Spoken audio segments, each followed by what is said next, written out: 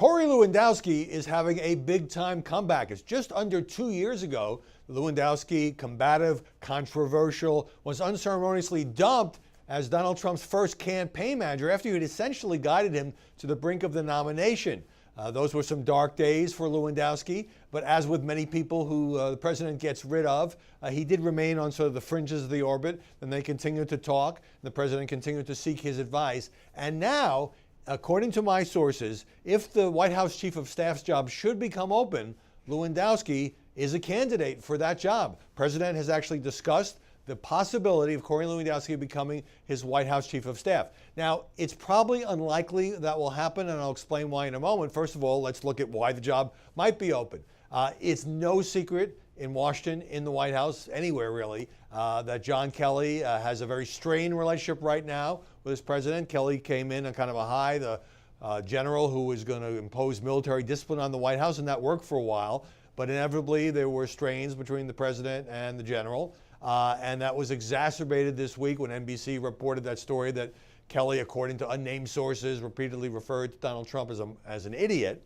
And Kelly put out a statement saying that's total BS and they have a candid relationship, kind of a little Diplo speak there. My sources say there's no imminent breach coming up, but nobody really expects Kelly to last that much longer. So Lewandowski is somebody who makes Trump comfortable. And he has been traveling with the president on political trips, and at the weekend rally in Michigan, he actually was called up to the stage. And the president was praising him. You've seen Corey on TV, and Corey has only had one campaign and he won it, so he's 1 for 1, kind of airbrushing the fact that he was then fired. And so here's the situation if this were to come to a head.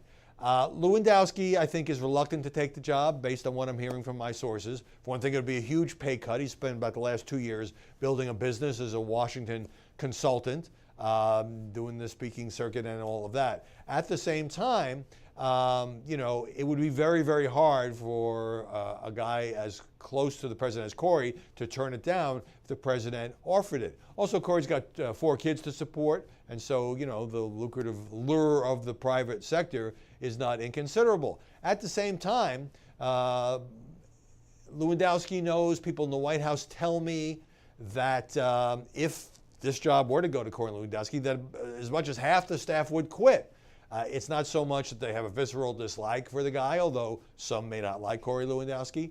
But some in the White House believe that with no government experience, that he simply doesn't have the ability to handle as challenging and complex a job as Chief of Staff. And if that happened, Corey would want to bring in his own people and there'd be wholesale turnover. So the president knows that if he were to go this route, to make this change, he would essentially be blowing up his White House staff. You don't just bring in one person at the top. There'd be a lot of wholesale changes. But the president is focused on the midterms.